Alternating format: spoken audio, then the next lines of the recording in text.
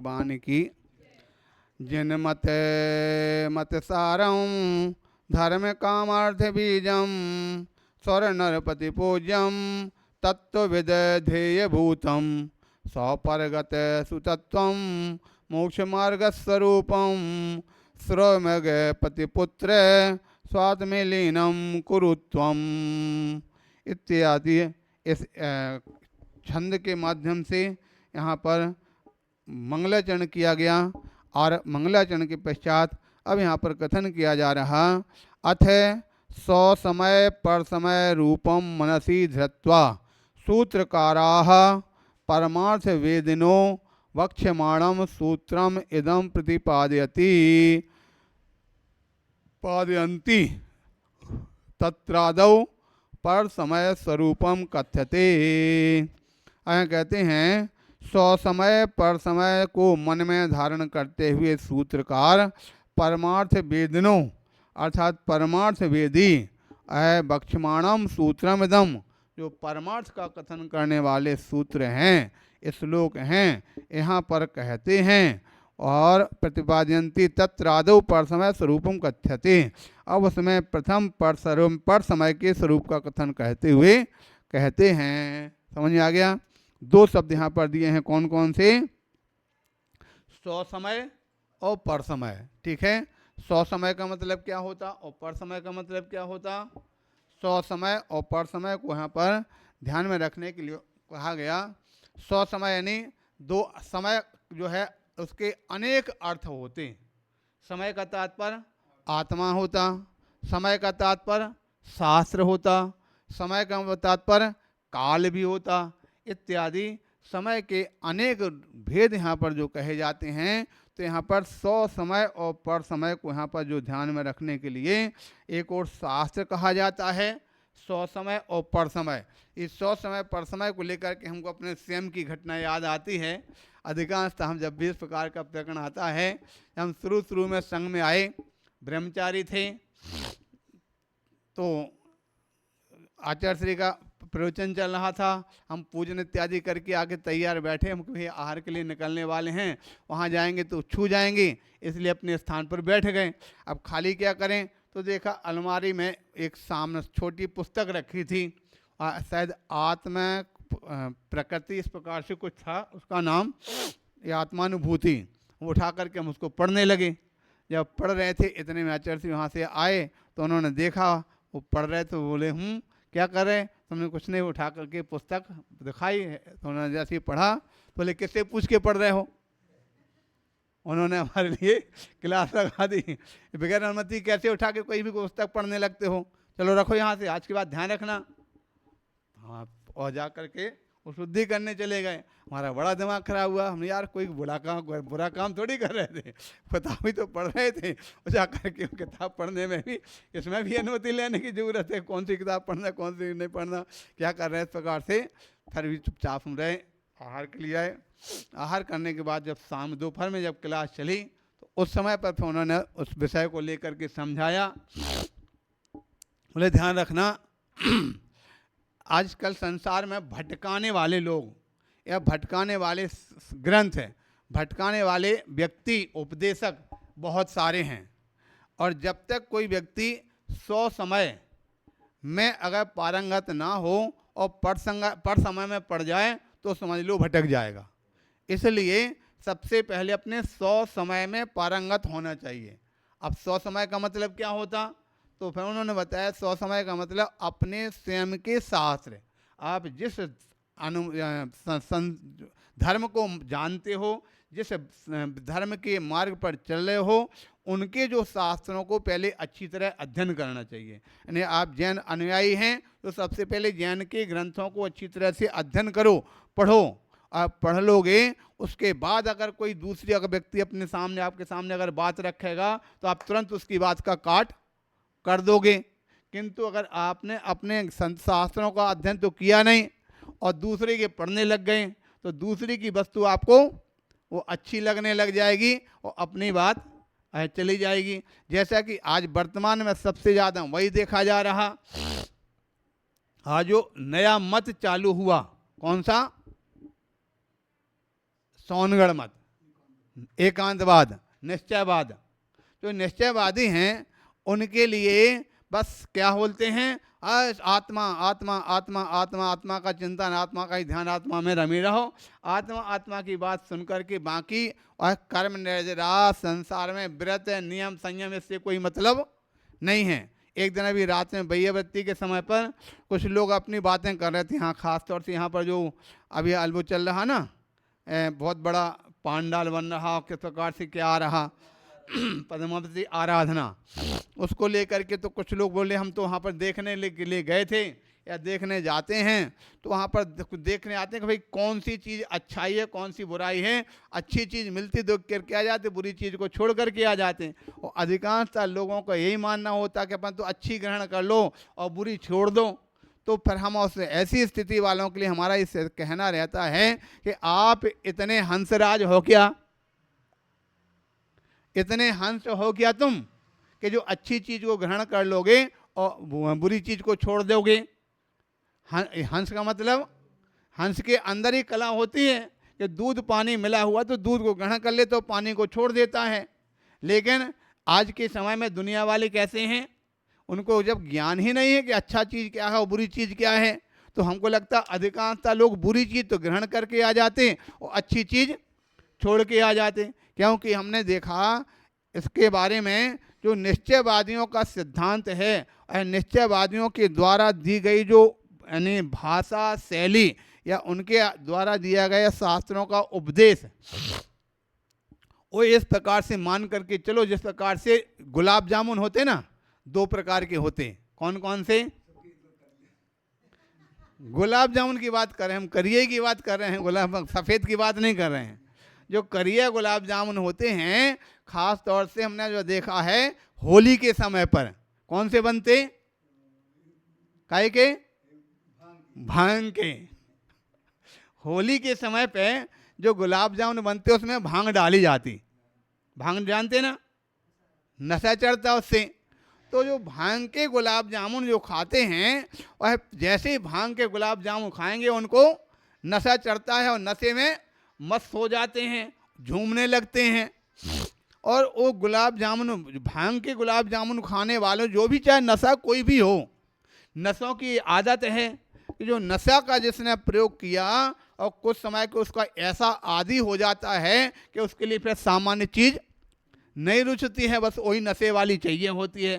शराबी के लिए भूखा रह लेगा, खाना नहीं मिलेगा, चल जाएगा, लेकिन नशा उसको पहले चाहिए है। तो जो धीरे धीरे 2-4 बार वहाँ गुलाब जामुन नशे के खाता है तो उसके लिए फिर सामान्य वाले नहीं रुचते हैं, वही नशे वाला चाहिए। इसी प्रकार से जो निश्चयवादियों का जो सिद्धांत है, उपदेश है, भाषण है, उनकी जो शास्त्र हैं, उसमें एक प्रकार से आत्मा का नशा दे दिया जाता। तो उनके लिए बस आत्मा संबंधी कोई चीज़ मिलती है तो आनंद आ जाता है, किंतु अन्य प्रथमान योग की बात आ जाए, कर्णन योग की बात आ जाए, चरणन योग की बात आ जाए, वो जमती नहीं है। बस आत्मा वाली चीज़ चाहिए, आत्मा का नशा चढ़ जाता है। इसलिए यहाँ पर जो आज यहाँ पर बात चल रही थी कि आचार्य भगवंत कहते हैं कि पहले अपने 100 समय में पारंगत हो, और 100 समय में पारंगत होने के लिए चारों अनुयोगों को क्रमशः अध्ययन करो। पहले प्रथमानुयोग, फिर कर्णानुयोग, फिर चरणानुयोग, फिर द्रव्यानुयोग, क्रमशः चलो। जबकि निश्चयवादी क्या करते हैं, प्रथमानुयोग छोड़ा, कर्णानुयोग छोड़ा, चरणानुयोग छोड़ा, सीधे द्रव्यानुयोग पर कूद जाते हैं। और जो द्रव्यानुयोग पर कूद जाएंगे तो उनकी क्या हालत होगी? द्रव्यानुयोग को प्राप्त करने वाले जो होते हैं, पहले जो है एक नहीं सीधे सीधे तीसरी सीढ़ी पर चढ़ जाएंगे तो वहाँ से गिरेंगे तो क्या होगा? दांत टूटेंगे। वहाँ से गिरने वालों की क्या हाल होगा? कोई सभी कुछ नहीं कह सकते हैं। तो इस प्रकार से यहाँ कथन किया जा रहा कि 100 समय, तो उस समय जब गुरुजी ने समझाया तो समझ में आ गया, हाँ वास्तविक सही है। पहले 100 समय में पारंगत यानी अपने स्वयं के शास्त्रों का अच्छी तरह ज्ञान होगा तो ही उसको सामने वाले की सही गलत का ज्ञान होगा।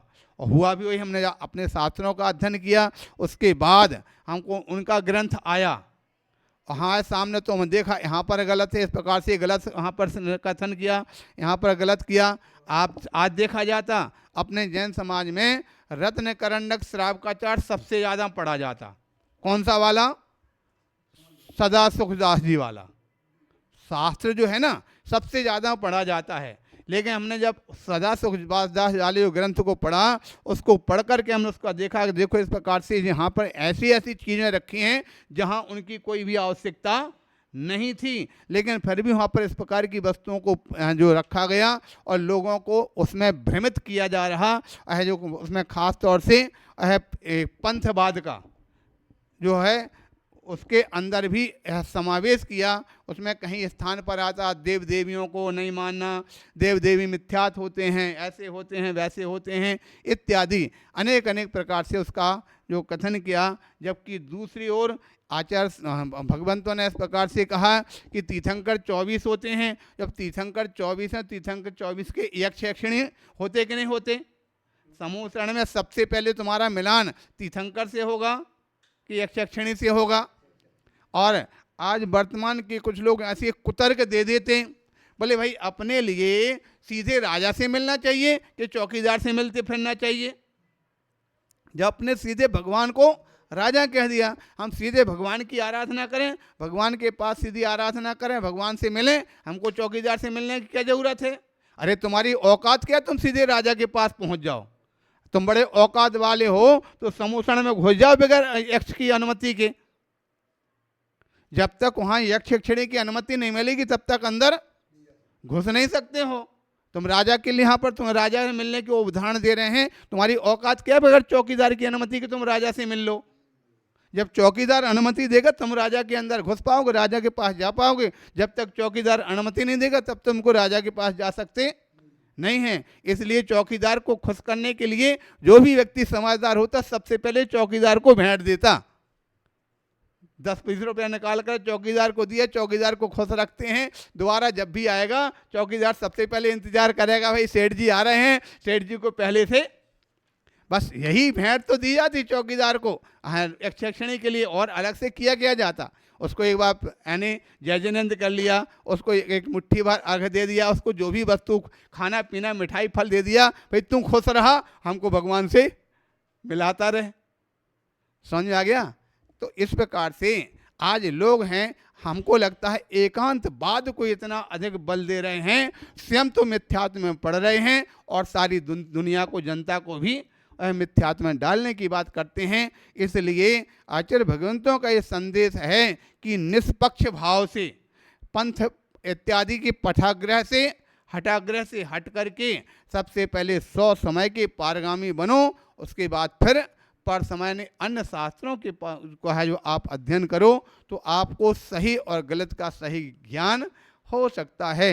इस प्रकार से यहाँ पर सबसे पहले कौन से 100 समय की बात कहते हुए आचार्य भगवान यहाँ गाथा श्लोक कहते हुए कहते हैं,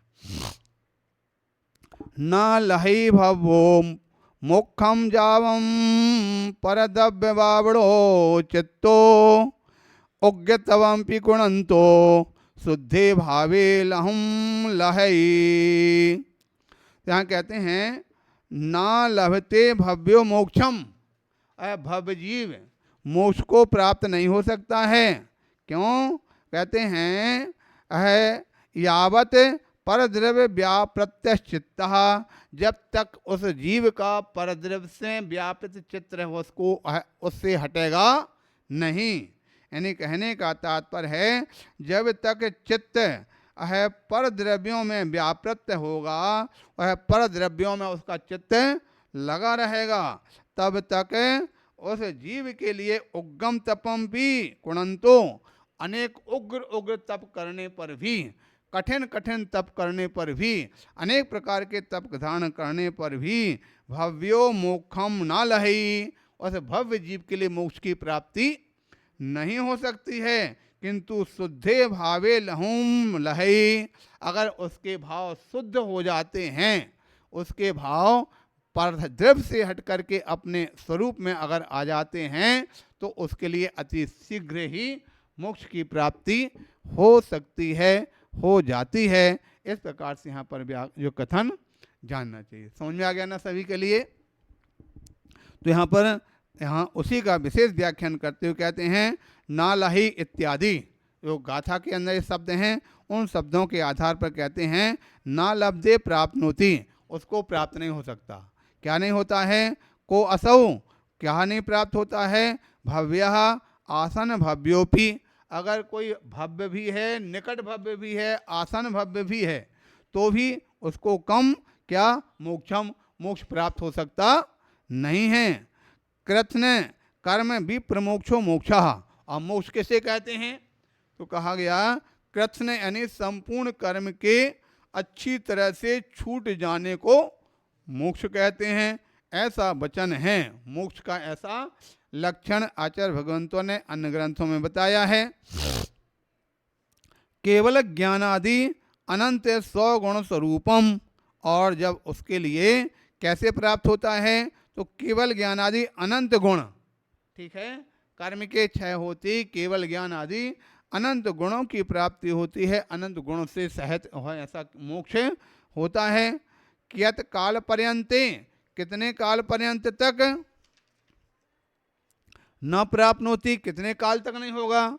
जावय परद्रव्य बावड़ो चित्तो यावंतम कालम परद्रव्य बावृत चित्ता पर द्रव्यासक्त चित्तस्तिष्ठति प्रवर्तते।